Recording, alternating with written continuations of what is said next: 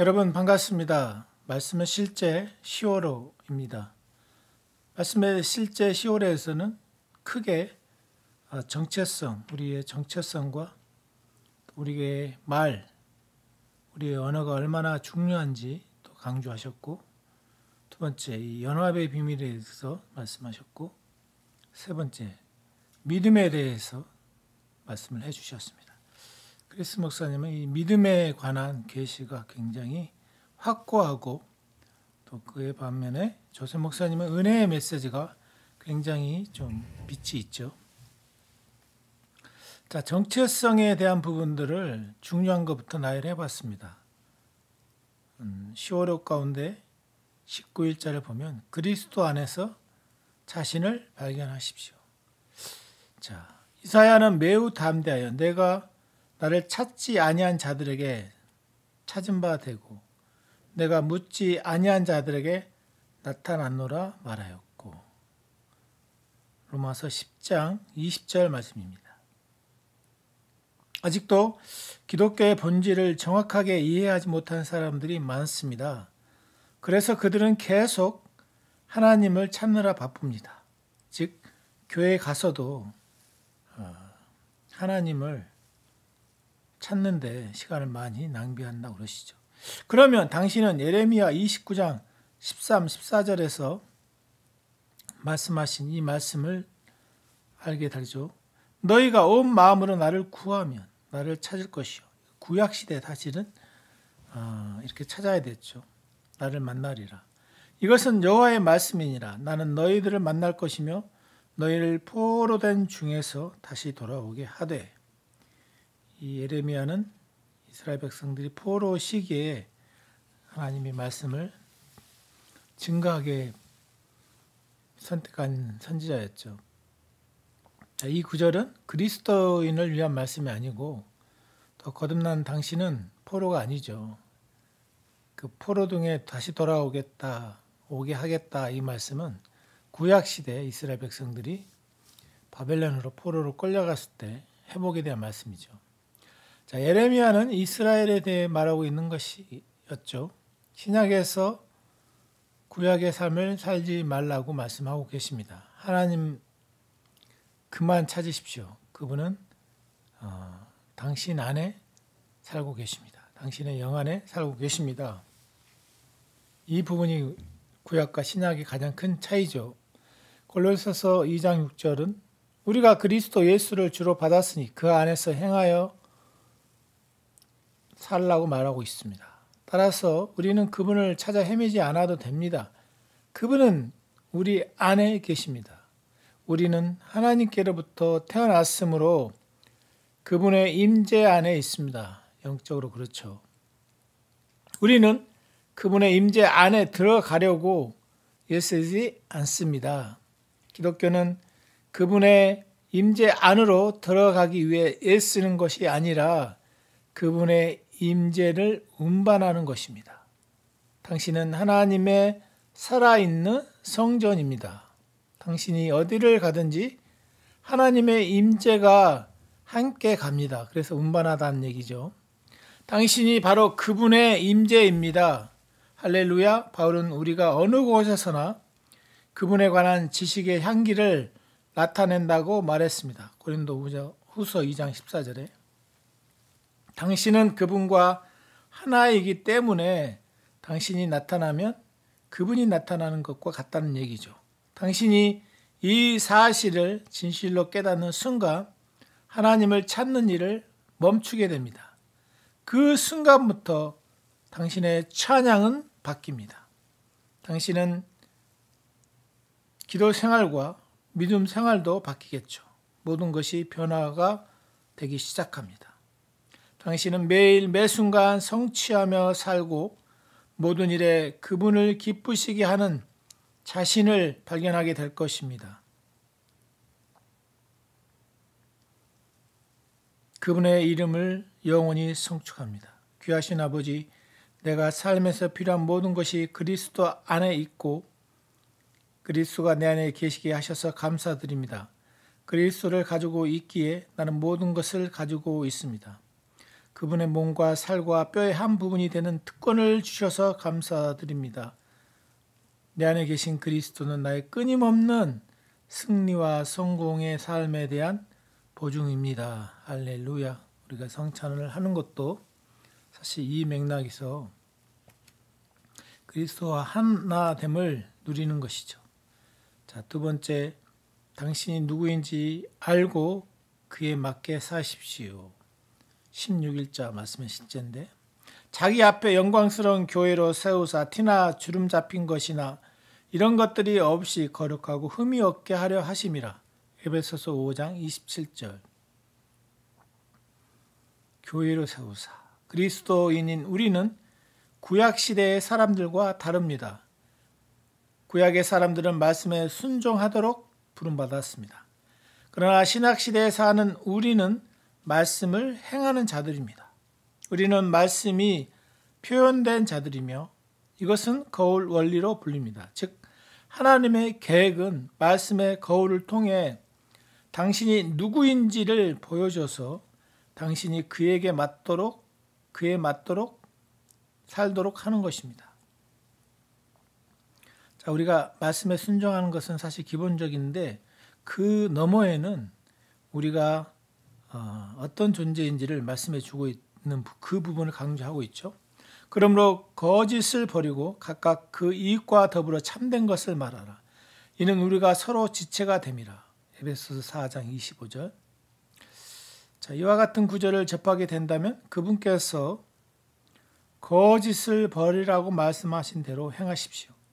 거울에서 당신은 거짓을 버리는 자라고 보여주고 있으니 그대로 행하십시오. 이것이 계명이 아닙니다. 구약에서는 거짓 말하지 말라는 계명이 있었으나 신약에서 우리는 말씀을 행하고 진리를 따라 살아갑니다. 라이프 스타일이죠. 성경은 말합니다. 율법은 의로운 사람을 위하여 제정된 것은 아니라. 율법 디모데전서 1장 9절 킹 제임스 버전으로 보십시오. 우리는 하나님의 의인들입니다. 로마서 1장 17절 말하고 있죠. 구약에서 하나님께서 사람들에게 율법을 주셨지만 신약에서는 우리가 바르게 살 수 있도록 우리에게 그분의 본성과 의의 생명을 주셨습니다. 이는 당신이 의의 본성과 일치하지 않는 일을 할 때 왜 당신이 불편해지는지를 설명해 주고 있죠. 본성이 그거를 원치 않는다는 거죠. 악한 일을. 당신의 영으로 옳고 그른 것을 판단할 수 있습니다. 당신 안에 그분의 빛이 있기 때문에 가능한 일입니다. 이것이 바로 하나님의 백성들이 그리스도 안에서 그들이 누구인지 인식하고 그에 맞게 살 수 있도록 우리가 의에 대하여 가르치는 이유입니다. 구약의 단순하게 말씀의 지킴에 벗어나서 우리가 그 너머를 보라는 얘기죠. 나는 그리스도 예수 안에서 하나님의 의가 되었으므로 하나님 앞에 정죄감이나 죄책감 없이 설 수 있어. 이렇게 고백하라는 것이죠. 나는 내 영에 있는 의의 본성을 인식하기 때문이죠. 그러므로 나는 날마다 의의 열매를 맺으며 완전함과 아버지의 사랑 가운데 행합니다. 이런 고백을 할 수 있다는 얘기를 하시는 거죠. 사실은. 그렇기 때문에 우리는 우리의 참 본성을 아담의 본성이 아닌 우리 안에 있는 참 본성을 따라서 행동해야 됩니다. 아버지와 우리의 연합에 대한 부분을 보겠습니다. 주와 합하는 자는 한 영이니라. 10월 11일자 말씀의 실제인데 거듭나고 성령을 받은 당신은 주님과 하나가 되었습니다. 이게 참 우리가 결혼 서약할 때 부부는 한 몸이라고 하는 결혼의 비밀이 여기 있죠. 그분은 당신 안에 살기에 오셨고 당신의 영과 연합하셨습니다. 이미. 창세 때부터 그분의 목적은 당신과 뗄 수 없는 하나가 되는 것이었습니다. 아버지는 예수님과 하나입니다. 그분이 예수님과 완전히 하나였다는 점은 요한복음 14장에서 빌립이 예수님께 이렇게 질문했을 때 정확히 나타납니다. 아버지를 우리에게 보여주옵소서. 그리하면 우리가 족하겠나이다. 빌립의 요청에 대한 그분의 대답은 다음과 같았습니다. 빌립아, 내가 이렇게 오래 너희와 함께 있으니 내가 나를 알지 못하느냐. 그리고 그분은 이렇게 말씀하셨습니다. 나를 본 자는 아버지를 보았거늘 어찌하여 아버지를 보이라 하느냐. 예수님은 그분과 아버지의 하나됨을 우리가 이해하기 원하셨고 그분께서 우리를 부르신 위치 또한 아버지와의 하나됨이었습니다. 요한일서 1장 3절은 말합니다. 우리의 사귐, 우리의 하나됨, 우리의 연합은 아버지와 그의 아들 예수 그리스도와 더불어 누림이라. 예수님은 십자가에서 달리시기 전에 이에 대해 기도하셨습니다. 그분을 믿게 될 모든 자에 대해 다음과 같이 말씀하셨습니다. 아버지여, 아버지께서 내 안에, 내가 아버지 안에 있는 것 같이 그들도 다 하나가 되어 우리 안에 있게 하사. 요한복음 17장 21절이죠. 예수님은 우리가 그분과 아버지와 뗄 수 없는 하나가 되어 세상이 절대 우리를 그분에게서 떨어뜨려 놓을 수 없게 하셨습니다. 그리고 바로 그 일이 우리에게 일어났습니다. 천사들도 이 사실에 기뻐합니다. 이제 그들이 우리를 볼 때 예수님을 보게 되기 때문입니다. 당신 안에 계신 그리스도가 곧 기독교입니다. 당신 안에 역사하는 아버지의 왕국이 있습니다. 할렐루야. 고린도전서 1장 9절은 말합니다. 너희를 불러 그의 아들 예수 그리스도 우리 주와 더불어 교제하게 하신 하나님은 미쁘시도다. 이것이 하나님이 원하신 전부였고 세상의 기초가 놓이기 전부터 감췄던 비밀이었습니다. 골로새서 1장 26, 27절 보십시오. 그러나 하나님을 송축합니다. 주 예수님은 이것이 가능하도록 우리에게 그분의 생명을 주셨습니다. 이제 아버지께 속한 모든 것은 우리에게 속합니다. 우리는 그분과 하나이기 때문입니다. 당신은 그분의 상속자이며 그리스도와 함께한 공동 상속자입니다. 할렐루야. 사랑하는 아버지, 당신과 뗄 수 없는 하나가 된다는 것은 진정 위대한 영광이자 특권입니다. 아버지께서 나를 모든 진리 가운데로 인도하시기 때문에 나는 항상 승리자로 살며 나를 향한 당신의 완전한 뜻에 일치되게 행할 것입니다. 성령님을 통해 주시는 인도와 축복에 감사드립니다. 예수님의 이름으로 기도합니다. 할렐루야. 자, 이제 세 번째로 예수님은 하나님의 인격의 정확한 형상입니다. 빌립이 이르되 주여 아버지를 우리에게 보여주옵소서. 그리하면 족하겠나이다. 예수께서 이르시되 빌립아, 내가 이렇게 오래 너희와 함께 있으되 내가 나를 알지 못하느냐? 나를 본 자는 아버지를 보았거늘 어찌하여 아버지를 보이려 하느냐? 요한복음 14장 8, 9절이죠. 자, 성경은 예수님 안에서 신성의 모든 충만이 육체로 거한다고 말합니다. 골로새서 2장 9절에 이 말은 누구든지 하나님이 어떤 모습인지 알고 싶다면 예수님을 봐야 한다는 의미입니다. 예수님이 빌립에게 나를 본 자는 아버지를 보았거니라고 말씀하신 것은 당연합니다. 예수님은 아버지의 인격의 정확한 형상입니다. 할렐루야. 어떤 사람들은 하늘의 세 개의 보좌가 있다고 믿습니다. 하나는 아버지, 하나는 아들 예수님, 하나는 성령님을 위한 것이라고 믿습니다. 그러나 이는 사실이 아닙니다. 아버지는 기쁨으로 예수님에게 그분의 보좌를 포함한 모든 것에 상속자로 임명하셨습니다. 그러므로 하늘의 보좌는 하나뿐이고 예수님은 그 보좌에 앉은 분이십니다. 그렇다면 아버지는 어디 계십니까? 그분은 예수님 안에 계십니다. 할렐루야. 성경은 모든 충만이 그 예수님 안에 거하는 것이 아버지를 기쁘게 하였다고 말합니다. 골로새서 1장 19절에. 그런 다음 골로새서 2장 9절은 우리에게 그분 안에는, 예수님 안에는 신성의 모든 충만이 육체로 거하신다고 알려줍니다. 만일 당신이 예수님을 봤다면 당신은 아버지를 본 것입니다. 예수님이 요한복음 10장 30절에서 나와 내 아버지는 하나이니라 말씀하셨을 때 유대인들이 돌을 집어들고 그분을 죽이려 했던 것은 놀랍지 않습니다. 왜 그렇습니까? 그들은 예수님이 스스로 하나님과 동등한 존재로 여겼다고 하면서 하나님을 모독하기 때문이라고 알고 있었죠. 이는 내가 사람이면서 하나님으로 자처하기 때문이라고 그들이 말합니다. 유대인들은 예수님이 말씀하신 나와 내 아버지는 하나이니라 이 말씀을 이해했습니다. 그러나 그들은 그분의 말이 신성모독이라 여겼습니다. 그들은 그분이 누구신지 몰랐기 때문이죠. 예수님 안에는 하나님의 완전한 신성이 깃들어 있었습니다. 당신이 예수님을 본다면 아버지와 성령님을 구할 필요가 없습니다. 예수님은 신성의 완전한 형상이자 상징입니다. 그분은 하나님의 영광의 광채이십니다. 그리고 하늘과 땅에서 가장 뛰어난 이름 가지셨고 위협을 받으셨습니다. 빌립보서 2장 9절 11절은 말합니다. 이러므로 하나님이 그를 지극히 높여 모든 이름 위에 뛰어난 이름을 주사 하늘에 있는 자들과 땅에 있는 자들과 땅 아래에 있는 자들로 모든 무릎을 예수의 이름에 꿇게 하시고 모든 입으로 예수 그리스도를 주라 신하여 하나님 아버지께 영광을 돌리게 하셨느니라. 그분은 만왕의 왕이요 만주의 주이십니다. 할렐루야.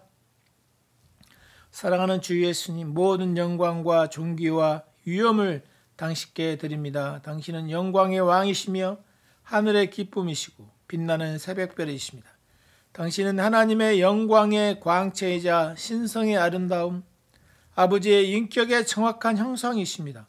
존귀한 구주이신 당신을 경배하고 사랑합니다. 당신 같은 분은 없습니다. 당신의 왕국이 이 땅을 다스리고 모든 사람의 심령에 영원히 세워집니다. 할렐루야. 지금까지 이 정체성에 대해서 말씀을 드렸습니다. 그럼 우리가 하고 있는 이 말의 권위에 대해서 또 중요한 부분을 세 가지만 보도록 하겠습니다. 10월 29일자인데 한번 보도록 할까요? 자, 바르게 말하고 위대한 삶을 사십시오. 그가 친히 말씀하시기를 내가 결코 너희를 버리지 아니하고 너희를 떠나지 아니하리라 하셨느니라. 그러므로 우리가 담대히 말하되 주는 나를 돕는 이시니 내가 무서워하지 아니하겠노라. 사람이 내게 어찌하리요 하노라. 히브리서 13장 5, 6절 말씀입니다. 잠언 6장 2절은 말합니다. 내 입의 말로 내가 얽혔으며 내 입의 말로 인하여 잡히게 되었느니라. 이 구절은 오늘 많은 사람들이 처한 위험한 상황을 분명하게 보여줍니다. 그들은 자신들의 말에 묶여 있습니다. 하나님의 자녀로서 당신이 바르게 말하는 것은 굉장히 중요합니다. 당신이 바르게 말한다면 바르게 살 것입니다. 당신의 삶은 바르게 바뀔 것입니다. 잠언 18장 20절 말합니다. 사람은 입에서 나오는 열매로 말미암아 배부르게 되나니 곧 그의 입술에서 나는 것으로 말미암아 만족하게 되느니라. 이는 당신의 입에서 쏟아져 나오는 지혜의 말들을 의미합니다. 예를 들어 파산하고 싶지 않다면 가난에 대해 말하지 마십시오. 항상 당신의 삶과 재정, 사업, 건강 등에 대해 의식적으로 말씀과 일치하는 말만 하십시오. 잠언 18장 21절은 말합니다. 죽고 사는 것이 혀의 힘에 달렸나니 혀를 쓰기 좋아하는 자는 혀의 열매를 먹으리라. 당신은 자신이 한 말을 통해 선한 것들을 수확할 것입니다. 말에는 창조하는 힘이 있습니다. 당신이 오늘 살고 있는 삶은 이제껏 당신이 해온 말들의 결과입니다. 할렐루야. 당신이 오늘 살고 있는 삶, 이제껏 당신이 해온 말들의 결과입니다. 이 부분이 충격적이죠. 잠언 15장 4절은 말합니다. 온순한 혀는 곧 생명의 나무이지만 패역한 혀는 마음을 상하게 하느니라. 잠언 15장 4절. 당신의 말이 건전하다면 당신의 삶도 완전하고 탁월하고 고무적일 것입니다. 잠언 12장 18절은 말합니다. 지혜로운 자의 혀는 양약과 같으니라. 당신의 말로 건강을 지키십시오. 믿음과 성공과 증가를 말하십시오. 베드로전서 3장 10절은 말합니다. 그러므로 생명을 사랑하고 좋은 날 보기를 원하는 자는 혀를 금하여 악한 말을 그치며 그 입술로 거짓을 말하지 말고 이것은 성령의 법이며 당신이 믿든 믿지 않든 역사합니다. 그러므로 바르게 말하고 위대한 삶을 삽시다. 내 말은 강력하며 나에게 승리와 증거와 전진과 풍성함을 가져옵니다. 나는 건전한 말을 함으로써 그리스도 안에서 아름답고 탁월하고 흥미롭고 충만하고 특별하고 뛰어난 삶을 창조합니다. 그러므로 나는 부요, 건강, 기쁨, 평안으로 충만한 영광스러운 삶을 삽니다. 할렐루야. 나는 그리스도의 영광과 은혜와 의 안에서 걷습니다. 할렐루야. 자, 바르게 말하고 바르게 행하는 우리가 되기를 주님의 이름으로 축복합니다. 자, 27자 두 번째로 보겠습니다. 능력으로 역사하는 메시지를 받았습니다. 로마서 10장 14절. 그런즉 그들이 믿지 아니하는 일을 어찌 부르리요? 듣지도 못한 일을 어찌 믿으리요? 전파하는 자가 없이 어찌 들으리요? 로마서 10장 14절이죠. 사람의 구원을 보장하고 세상을 바꿀 수 있는 유일한 메시지를 맡고 있다고 상상해 보십시오. 복되신 주 예수 그리스도의 영광스러운 이 복음이 당신에게 맡겨졌습니다. 디모데전서 1장 11절에 당신은 그리스도의 비밀을 맡은 자로서 당신에게 요구되는 것은 신실성입니다. 고린도전서 4장 2절. 복음의 사역을 수행하는 일에 있어서 불성실하지 마십시오. 그 일을 가볍게 여기지 마십시오. 당신은 오늘 영혼을 구원할 수 있습니다. 지금은 마지막 때입니다. 그저 사람들이 예수님에 대해 듣고 그분을 믿기를 소망하지 마십시오. 그 일이 일어나도록 행동하십시오. 당신 직접 이 복음을 전하십시오. 복음에 대해 더 열정적인 사람이 되십시오. 그리스도의 복음은 죄인을 의로운 자로 만듭니다. 복음은 가난한 자들을 어둠, 빈곤, 고통에서 부요하고 영광스럽고 탁월한 삶으로 쏘아 올려줍니다. 복음은 믿는 자들에게 구원을 주시는 하나님의 능력입니다. 로마서 1장 16절. 그러나 전하는 자가 없이는 복음을 들을 수도 믿을 수도 없습니다. 병든 자들은 그들에게 새로운 생명, 신성한 생명, 질병보다 우월한 생명을 주는 구원자와 치유자가 있다는 것을 알아야 합니다.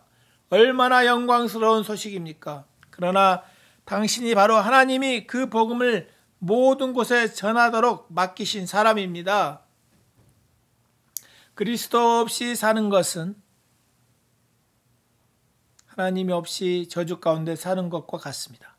이것이 당신이 영 안에서 열정적이며 복음을 전해야 하는 이유입니다. 로마서 12장 11절에 당신은 어둠 속에 있는 자들에게 복음의 빛을 가져다 주도록 보냄을 받았습니다. 사도행전 13장 47절에 그러므로 주저하지 마십시오. 상대방에게 불편을 끼칠까 걱정하지 마십시오. 당신의 능력으로 역사하는 메시지에 청직이라는 사실을 인식하고 담대하십시오. 복되신 아버지, 오늘 복음을 듣게 될 모든 사람들에게 말씀이 역사하여 그들이 구원받는 것을 위해 기도합니다. 복음이 전파되어 많은 사람들이 어둠에서 당신의 영광스러운 빛으로 옮겨져 오늘 전 세계에 드러나는 당신의 의와 영광스러운 능력으로 인해 기뻐합니다. 할렐루야. 우리는 복음을 전하는 이 사명을 다시 한번 회복해서 2020년 우리가 실패했다면 2021년이 있습니다. 새로운 힘으로 복음을 전했으면 좋겠습니다. 할렐루야. 자, 11자 당신이 원하는 것을 말하고 창조하십시오.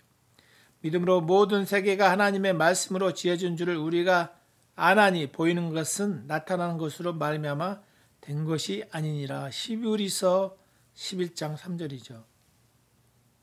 방금 읽은 구절은 그리스도 예수 안에서 당신의 제한 없는 능력과 영광을 알려줍니다. 즉 당신의 입에 있는 하나님의 말씀, 레마죠. 당신이 무엇을 할 수 있는지 보여줍니다.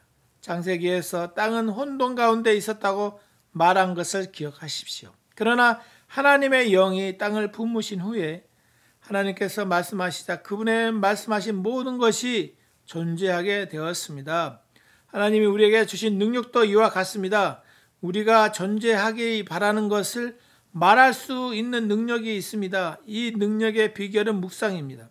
하나님의 영이 혼돈 가운데 있던 땅을 품으셨듯이 당신이 바꾸기 원하는 상황이 있을 때 하나님의 말씀을 묵상하기 위한 시간을 내십시오. 말씀을 묵상하는 동안 당신이 갈망하는 변화를 일으킬 탁월한 말들이 당신 안으로부터 떠오를 것입니다. 호세아 14장 2절은 말합니다. 너는 말씀을 가지라. 너는 말씀을 가지라. 당신 삶에서 무엇을 원하십니까? 성경은 존재하는 모든 것 중에 말씀이 없이 지어진 것이 없다고 말합니다. 그렇다면 당신은 무엇을 만들기 원하십니까? 상황 때문에 울거나 고통에 대해 투덜거리지 마십시오. 당신이 보기 원하는 것은 무엇입니까? 당신은 그 위태로운 상황으로 무엇을 만들어내고 싶습니까? 성경은 하나님이 어둠 가운데 빛이 있으라 명령하셨다고 말합니다. 문제에 집중하지 마십시오. 문제에 집중하지 마십시오. 당신이 원하는 것에 집중하고 그것을 말하십시오. 저는 암에 걸렸어요. 혹은 저는 당뇨병이 있어요. 라고 말하지 마십시오. 당신이 무슨 병을 가지고 있는지가 중요한 것이 아닙니다. 암이나 당뇨 대신 당신이 무엇을 원하는지가 중요합니다. 당신이 무엇을 원하는지가 중요합니다. 태초에 하나님은 흑암 가운데 있으셨지만 빛이 존재할 것을 말씀하셨습니다. 당신은 그분의 형상과 모양대로 창조되었습니다.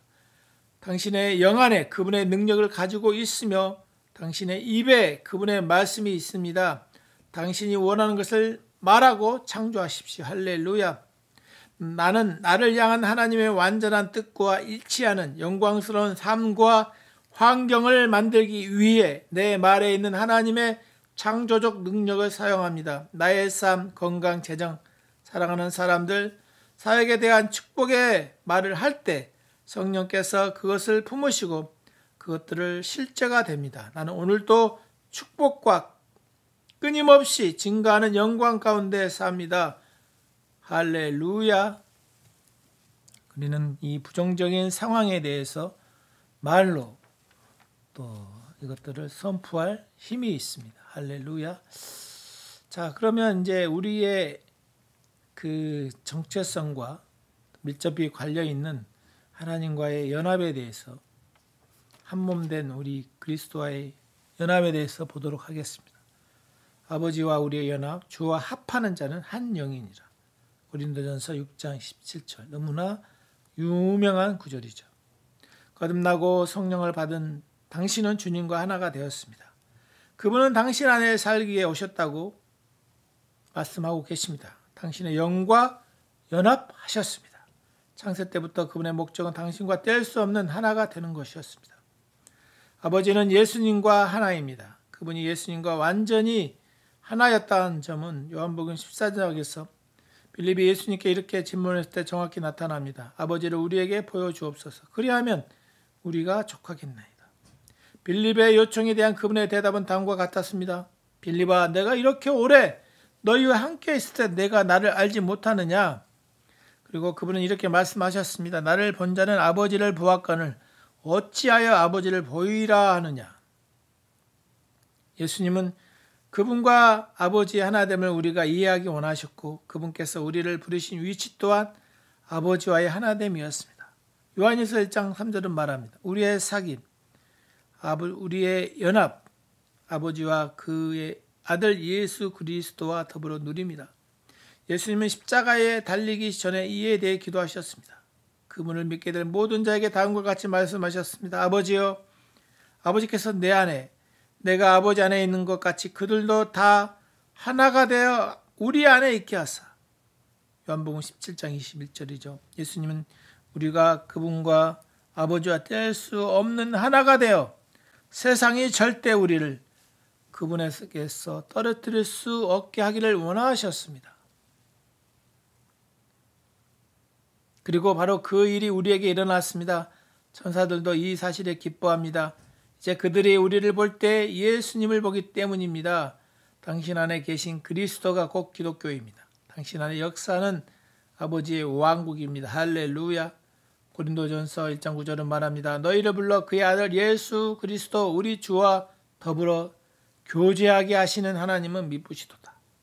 이것이 하나님이 원하신 전부였고 세상의 기초가 놓이기 전부터 감추어졌던 비밀이었습니다. 골로새서 1장 26, 27절에.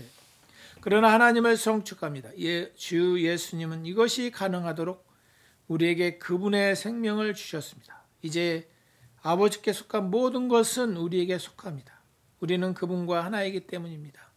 당신은 그분의 상속자이며 그리스도와 함께한 공동 상속자입니다. 할렐루야. 자, 아버지와 연합에 대한 부분들을 아까 정체성에 대해서도 잠깐 나눴는데 참 우리 아버지와 연합의 비밀이 영적 성장할수록 이 사실이 우리에게 얼마나 참 놀랍고 큰 비밀인지 배워가고 있습니다. 자, 신성한 생명에 참여하고 나눠주는 자, 우리의 연합을 통해서 기록된 바 첫사람 아담은 생명이 되었다 함과 같이 마지막 아담은 살려주는 라이프 기빙 생명을 주는 영이 되었나니. 고린도전서 15장 45절입니다.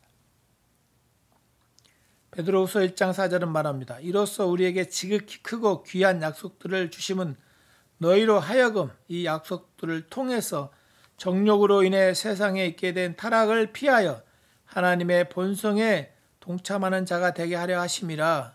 하나님의 본성에 동참하였다는 것은 우리가 하나님과 같은 종류의 연합체라는 의미입니다. 우리는 신성을 가진 하나님과 같은 종류입니다. 그러나 그것이 다가 아닙니다. 하나님은 우리에게 그분의 생명을 받고 누릴 수 있는 놀라운 은혜를 주셨을 뿐만 아니라 우리를 그 생명을 나눠주는 자로 만드셨습니다. 주 예수님은 요한복음 10장 10절에서 그렇게 선포하셨습니다. 내가 온 것은 양으로 생명을 얻게 하고 더 풍성히 얻게 하려 하는 것이라. 그분은 자신을 믿는 자들에게 영생을 주기 위해 오셨습니다. 오늘 본문 9절에서 예수님이 생명을 주는 영으로 묘사된 것은 당연합니다. 거듭난 당신은 이제 그분과 하나입니다. 그분은 당신을 생명을 주는 영으로 만드셨습니다. 그분처럼 당신의 삶의 목적도 잃어버린 자들에게 복음을 통해 의의 생명을 주는 것입니다. 할렐루야. 예수님은 요한복음 20장 21절에서 말씀하셨습니다.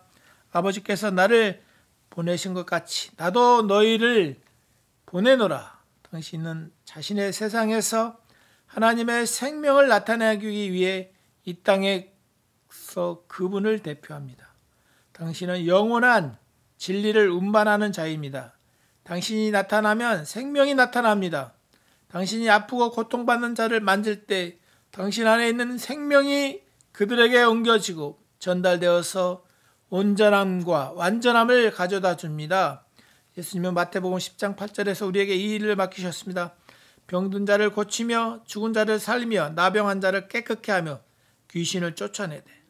당신이 그분의 신성한 본질을 전달하는 자라는 인식을 가지고 사람들에게 나타난 말씀을 전할 때 영생이 그들에게 밝혀집니다.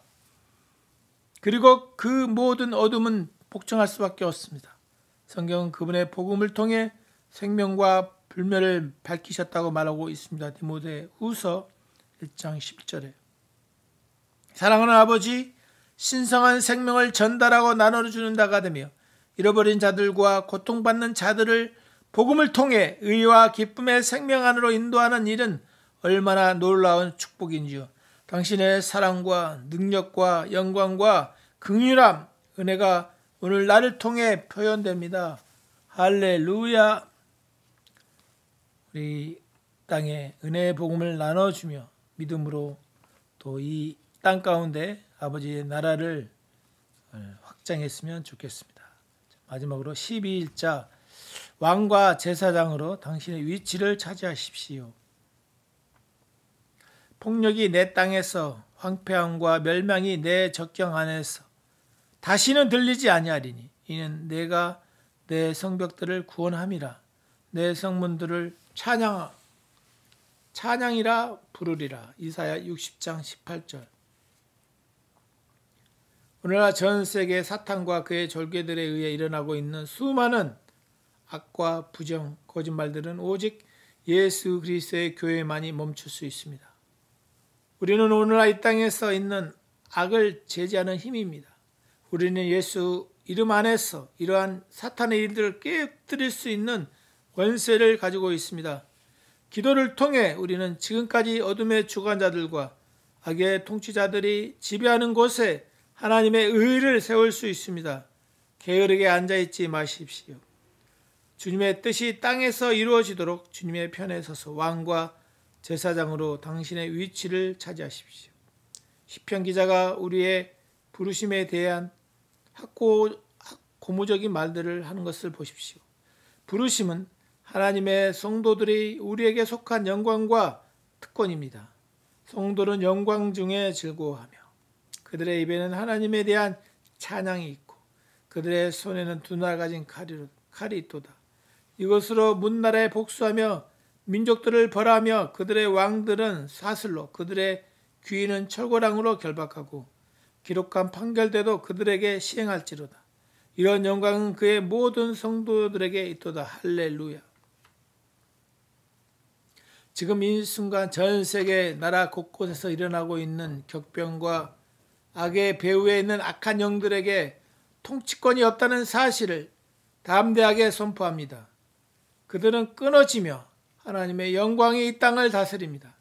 영 안에서 열렬히 기도하는 시간을 가지면서 우리 시대의 적 그리스도의 계획을 선동하고 후원하는 모든 자들의 어리석음이 드러나고 그들의 악한 일들이 폭로되고 좌절되도록 선포하십시오. 지금과 같은 마지막 때에는 하나님의 백성들이 더 많은 영혼들을 그리스도 예수 안에 있는 구원으로 인도할 수 있도록 끊임없이 그분의 의를 선포하고 담대하게 그분을 찬양해야 합니다. 할렐루야.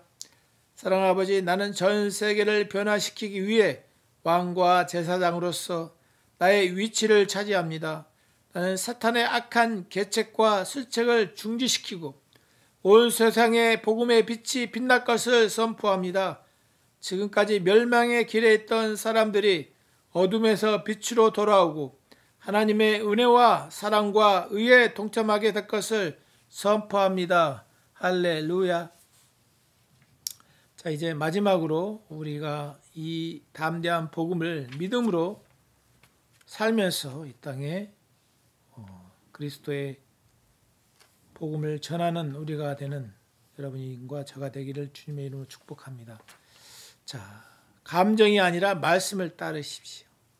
특별히 한국 사람은 이 감정적인데, 자, 우리가 감정이 아니라 말씀을 따르는 부분으로 우리의 삶을 다시 한번 점검해야겠습니다. 육신에 있는 자들은 하나님을 기쁘시게 할 수 없느니라. 로마서 8장 8절이죠. 10월 17일자 말씀의 실제인데, 그리스도인인 우리는 감정을 따라 판단하지 않습니다. 우리는 말씀을 따릅니다. 당신이 하나님께 가깝게 느끼는지 혹은 멀게 느끼는지 아무런 상관이 없습니다. 당신은 하나님 안에 살고 하나님도 당신 안에 살고 계십니다. 할렐루야. 당신 안에 살고 계신 분과 더 가까워질 방법이 있겠습니까? 이미 당신 안에 살고 계시는데 하나님은 당신이 그분의 말씀의 지식을 알고 그 안에서 성장하여 그분과 하나됨의 빛 가운데 행하기를 원하십니다. 여러분이 영적 성숙하기를 원하신다는 것이죠. 그분은 당신이 자신의 감정이나 다른 사람들의 의견이 아니라 말씀에서 당신에 대해 말하는 바를 따라 살기를 원하십니다. 마귀가 당신에게 거짓말을 하여 당신이 여전히 죄인처럼 느껴지도록 만들 수도 있습니다. 그러나 속지 마십시오. 당신이 심령을 그리스도께 드린 날 당신은 재창조되었고 그리스도 안에서 하나님의 의가 되었습니다. 고린도후서 5장 17절은 말합니다. 그런즉 누구든지 그리스도 안에 있으면 새로운 피조물이다. 이전 것은 지나갔으니 보라 새 것이 되었도다. 당신의 생각으로 이것을 알지도 이해하지도 못했기 때문에 하나님께서는 이것을 당신에게 말씀하셨습니다. 성령을 통해 인간의 영에 주어지는 계시 지식입니다. 계시 지식. 할렐루야. 하나님은 당신이 어떻게 느끼는지 상관이 없이 당신이 지금 그리스도 안에서 어떤 자인지를 보기 원하십니다. 옛 습관은 사라졌습니다. 이전의 좌절과 분투는 사라졌습니다. 당신의 영광과 의와 완전히 새로운 생명을 지금 가지고 있습니다. 할렐루야. 나는 감각이 아닌 믿음으로 걷습니다. 나는 말씀의 실제를 받아들이고 말하고 행합니다. 나는 그리스도 안에 있고 그리스도는 내 안에 계십니다. 이 복된 교절에 인해 아버지께 감사드립니다. 할렐루야. 우리가 우리 감정에 따라 많이 치우치고 감정에 또 하나님이 멀리 계신 것 같은 그럴 때 믿음으로 말씀으로 우리의 신분과 위치를 찾으란 말씀입니다. 자, 당신의 반응이 능력을 활성화시킵니다. 이 1자 말씀의 시체인데 그가 친히 말씀하시기를 그러므로 우리가 담대히 말하되 히브리서 13장 5, 6절이죠. 기독교에서는 믿음을 가지고 말합니다. 기록된 바 내가 믿었으므로 말하였던 것 같이 우리가 같은 믿음의 마음을 가졌으니 우리도 믿었으므로 또한 말하노라. 고린도후서 4장 13절. 당신이 말씀을 받은 것은 조용히 있기 위해서가 아닙니다. 당신이 받은 말씀에 반응하지 않는다면 그 말씀은 당신에게 별 효용이 없을 것입니다. 말씀에 반응한다는 것은 하나님께서 말씀하신 바를 그저 암송하는 것이 아니라 그 이상입니다. 즉, 당신은 하나님께서 말씀하시는 바와 일치하는 내용을 말해야 합니다. 예를 들어 하나님은 그분의 신성한 능력이 생명과 경건에 속한 모든 것을 당신에게 주셨다고 말씀하셨습니다. 그렇다면 당신은 반응을 어떻게 해야 됩니까? 내 삶에는 어떠한 부족함이나 결핍이 없습니다. 만물이 나의 것이기 때문입니다. 나는 하나님의 영광을 위해 어디에서나 그리고 모든 일에 번영합니다. 이런 고백이 당신의 고백이어야 됩니다. 당신이 하는 고백이 당신의 삶과 환경을 변화시킬 것입니다. 하나님이 말씀하실 때마다 그것이 무엇이든지 간에 그 말씀에는 그분의 능력이 가득 차 있습니다. 그분의 말씀은 결코 무의미하지 않습니다. 하나님께서 당신에게 어떤 말씀을 하셨습니까? 말씀이 당신에게 대해 뭐라고 말하고 있는지 발견했습니까? 그렇다면 말씀에 반응하십시오. 지금 이 순간에도 그리스도 안에 있는 하나님의 신성한 공급과 계획과 목적이 일치하는 말들을 하십시오. 당신이 발전하고 있고 어디에서나 그리스도의 영광을 나타내고 있음을 확신하십시오. 당신은 아브라함의 씨임으로 당신을 통해 그리고 당신 주변에서 선한 일들이 일어나고 있다고 선포하십시오. 당신 삶에 말씀의 능력이 있습니다. 말씀의 능력을 활성화하십시오.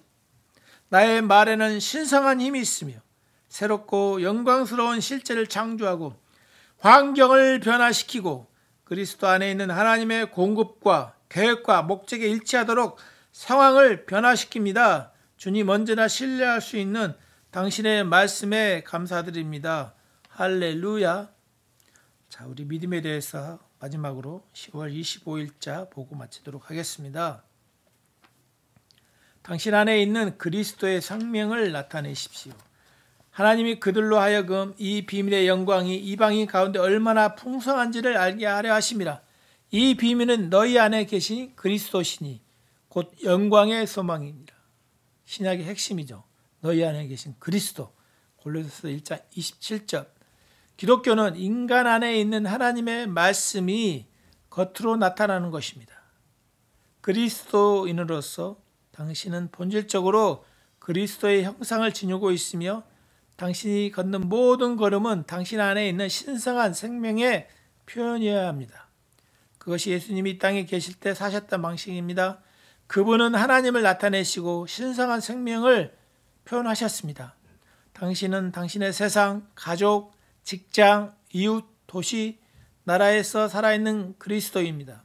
당신이 있는 곳에서 그들은 당신을 통해 그리스도를 보게 될 것입니다. 그러므로 당신의 말과 행동, 삶, 일하는 방식은 당신 안에 있는 그리스도의 본성을 표현해야 합니다. 그리스도의 생명이 당신의 몸을 가지를 통해 흘러나가야 된다는 얘기죠. 사람들이 당신을 볼 때 새로운 피조물의 영광을 보아야 합니다. 당신은 하나님을 운반하는 그릇입니다. 할렐루야. 오늘 이것을 인식하며 살아가십시오. 이것이 당신 삶을 향한 하나님의 꿈입니다. 참된 성공은 하나님이 당신 안에서 그리고 당신을 통해 그분을 나타내시고 표현하는 것입니다. 이것은 당신을 통해 그분의 본성과 성품이 얼마나 온전히 드러나는지에 달려 있습니다. 그러므로 당신의 목표는 항상 그분을 나타내는 것이어야 합니다. 당신이 하는 모든 일은 오직 당신 안에 있는 그리스도의 생명을 나타내는 일에 관한 것이어야 합니다. 즉 그분의 완전함과 의가 당신을 통해 표현되는 것입니다. 할렐루야.